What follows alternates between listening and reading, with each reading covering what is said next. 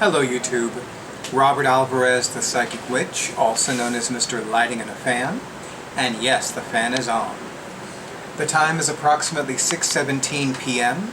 and the current date is Monday, July 29th, 2019. The sun is in Leo and the moon is waning in Cancer. And continuing with my desire to catch up on my videos, I welcome you to the June 2019 edition of Llewellyn's 2019 Tarot Calendar. I'm going to just say from the very beginning, I have this tarot deck. This is another tarot deck that I have. I don't know where it is. It is the Mystical Cats Tarot, created by Linnea Weatherstone and illustrated by the Mickey Muller, also known as Mickey C. Muller. Love her artwork. So I'm going to talk about the symbol, I'm going to talk about the blurb, and I'm going to do the spread, which is called the Aftermath. I am using a feline-themed tarot deck, though. It's called the Cat's Eye Tarot by Deborah M. Given, DBM. What I love about this tarot deck is that Dr. Given is a feline veterinarian. So she is intimately familiar with the behavior of cats and their anatomy, which I think brings an amazing perspective to someone who created and illustrated a feline-themed tarot deck. It is one of my personal favorite feline-themed tarot decks. And surprisingly enough, the fairies, the Sacred Fae, have not absconded with this tarot deck. So, because you know, my two copies of the Black Cats Tarot, they did whatever with it. But anyway, so I'm going to begin with the blurb. Temptation and entanglement. Life is full of temptations, things we know we shouldn't do because they are not healthy for us, and do not take us in the direction of our best selves. Sometimes temptations become habits, and if we continue in them for long enough, they become tangled with our self-image. After a while, we can hardly imagine ourselves without the habit and lose sight of the person we thought we were becoming. Temptation can not only create short-term consequences that are problematic, but worse, it can take us so far off course that we lose our way. This is an excellent insight for a waning moon, which we're in right now, and for shadow work. I've been saying for years that a waning moon phase, and specifically what I refer to as the dark moon tides, which are the 3 nights before the new moon, which would include tonight, are excellent times of the lunar month for divination, for shadow work, for introspection, for being by oneself, for engaging in even a minimum of 2 hours of sacred solitude. But I digress. Now the symbol. Now, I don't remember offhand if Consequences is the name of this card. And I'm going to have my awesome audiovisual person do a close-up of this card. But if memory serves, this is the Hanged Man card in the Mystical Cats Tarot, which you can see because the cat is almost upside down and entangled in a lot of yarn with a lot of flora, like leaves and feathers and whatnot. So the symbol of the tangled yarn, oh, I stand corrected. This is the Devil card in this tarot deck. The positive aspect of the Devil is playfulness. There's a saying that it's all fun and games until someone loses an eye. That's a bit macabre, but okay. Even innocent things can take a troublesome turn. How true is that? Consequences. Usually called the Devil, this card was considered evil. Now it represents habits that are not in our best interests. In this image, a thing is not inherently good or evil, but sometimes there are unpleasant consequences to face. I've always loved the analogy of fire, and being a typical rising sign Leo, which is a fire sign, I can relate to it. So, fire can be used to heat our foods and heat our homes, and fire can be used to burn down a building. Fire is not inherently good or evil. It is neither benevolent nor baneful. It is what it is. Fire is going to do what fire has always done. It is the person wielding the fire that determines how it's used. It's the same thing with the sacred tarot or any other divinatory device. There are people that use divination, and we have met them. There are people that use divination, there are people that use spirituality, and they use it to manipulate others, they use it to dominate others, they use it to harm an innocent. I am a firm believer in the Z Budapest school of thought with regards to cursing and curing, with regards to hexing and healing. If you cannot curse, you cannot cure. If you cannot hex, you cannot heal. And there are people that need to be hexed. There are people that need to be cursed. Anybody who harms an animal, and when I say harm an animal, you are causing an animal that has caused you no harm, pain, discomfort, or death. If you are hurting someone who has done nothing baneful to you, nothing harmful to you and yours, you are not going to be supported by the universe. If you are harming somebody who has harmed others, if you are preventing someone from inflicting further harm on others, this is my personal belief. And I know that I have had conversations with people, fellow witches included, about this. And again, my position is crystal clear. If there is someone who is causing others harm, and nobody's doing anything to stop them, then I think that people need to take matters into their own hands and stop them. And I am a firm advocate in using magic and witchcraft to stop someone who is causing others harm. I've always, not always, because I used to be one of those new age witches, you know, oh, let me just envelop them with white light and bless them with love and light, and oh, they'll change their ways. They never have. Think about it. How many people have you, how many rapists and how many pedophiles and how many animal abusers have you enveloped in white light and angel wings, and they're still raping, and they're still molesting children, and they're still abusing and harming and killing animals for perverse, demented pleasures? The white light is not helping. The love and light unfoldment is not helping. If it was helping, that's another story. But if it's not helping, it's not helping. And a little while ago, I had reminded my awesome audiovisual person about something that Albert Einstein is credited as saying. The definition of insanity is doing the same thing over and over again and expecting a different result. If you keep blessing rapists and pedophiles and animal abusers with love and light and enfolding them in the white light of angelic wings, waiting for them to change their ways, you're going to wait a long, long, long, long, long, long time. And you're still waiting. And you'll probably be dead and still waiting. You'll probably die while you're still waiting.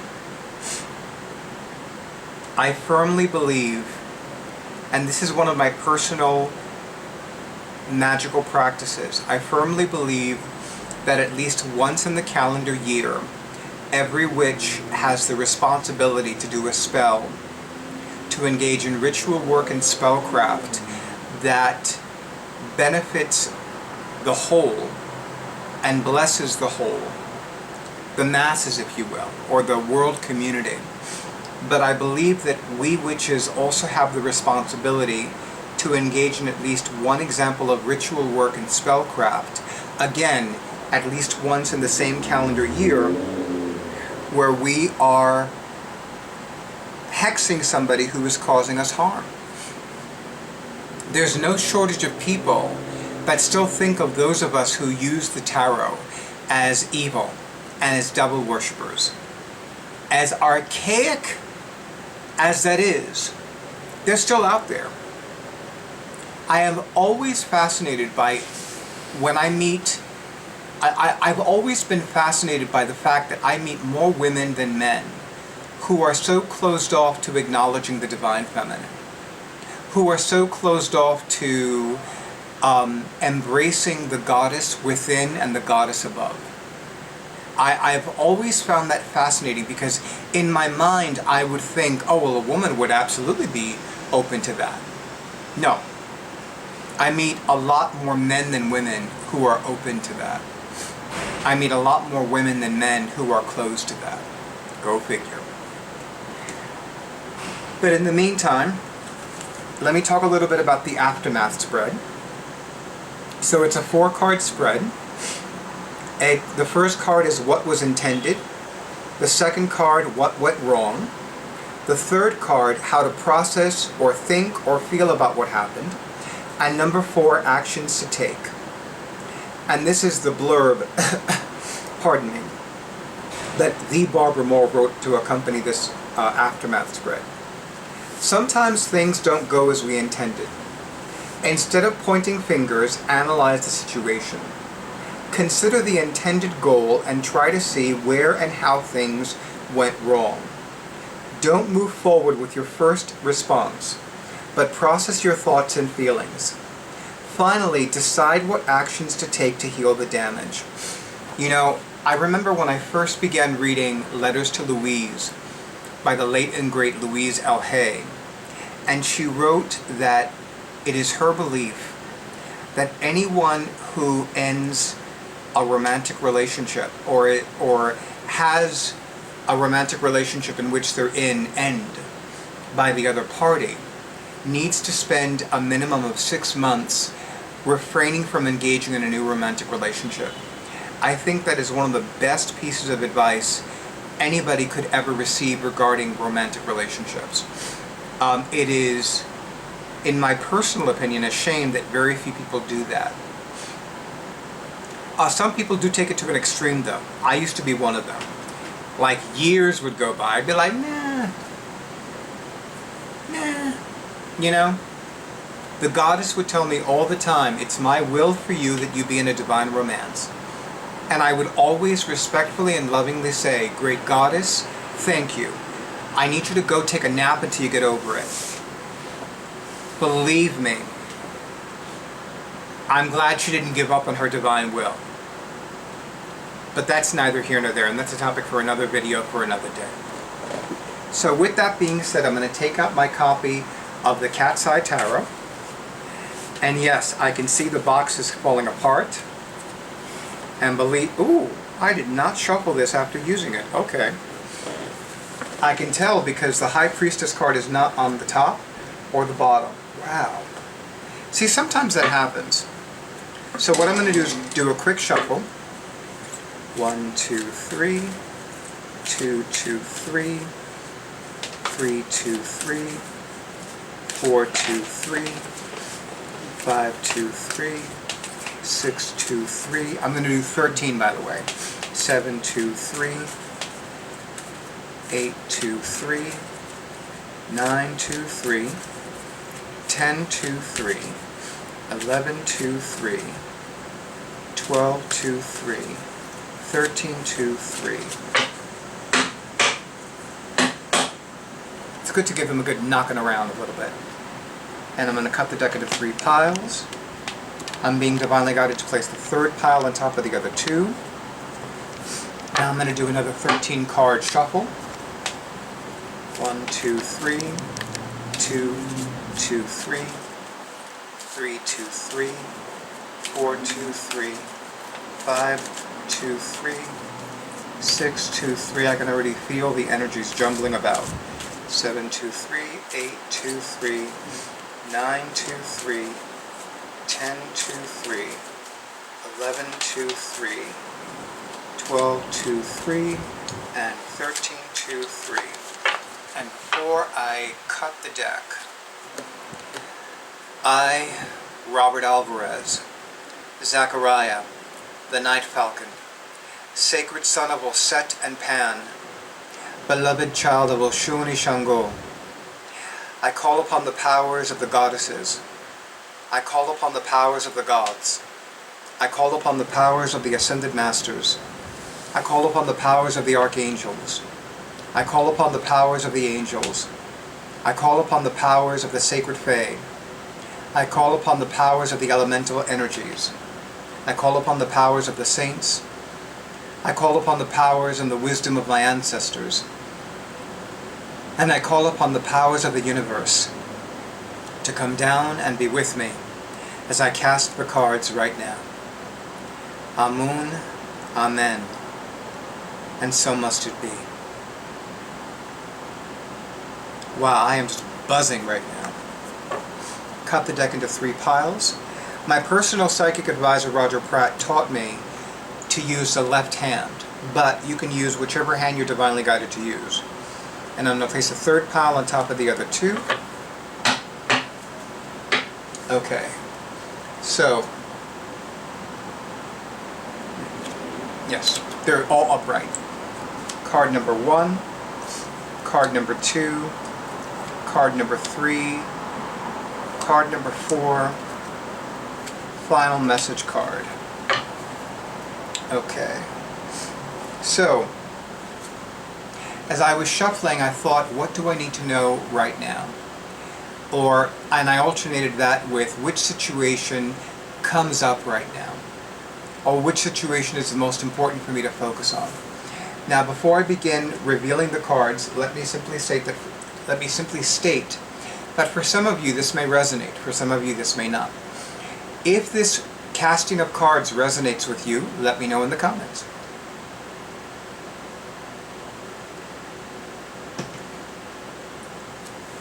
And I'm ready. Card number 1. What was intended? 8 of Cups. Moving forward was intended. And it's so funny that that comes out because these last 2 months I've needed to slow down a few things. I've needed to place my energies in other areas. Actually, these last several months I've needed to do that. But specifically, I keep hearing Letitia Guthrie's words. Letitia Guthrie is the woman who worked with Joanna Powell Colbert to create the Herb Crafter's Tarot. And I keep hearing the phrase slow paseo. Paseo is the Spanish word for walk. So a slow paseo is a slow walk, or a slow path, or a slowing down of a particular direction.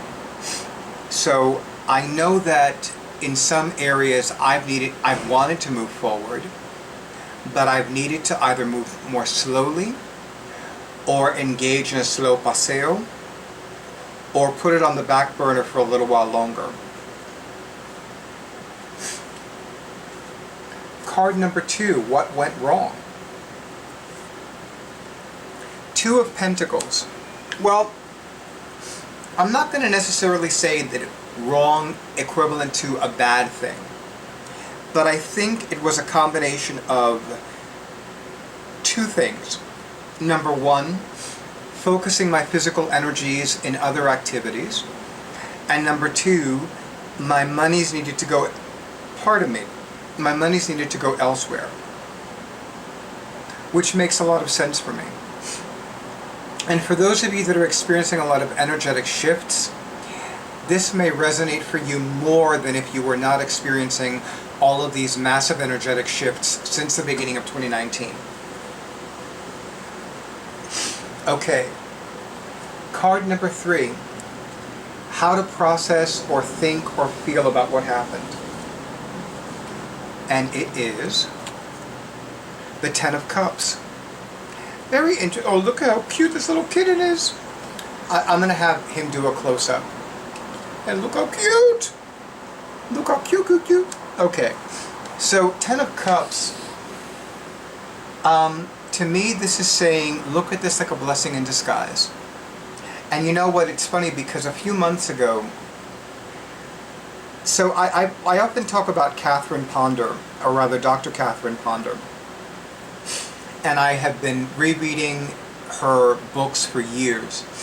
And one of the things that I remember reading in one of her prosperity books is that when one's good is delayed, when it finally does manifest, it will be greater than originally intended. Now, I never knew what the hell that meant. I'll admit that. I now know what that means, because I had that experience specifically back in May.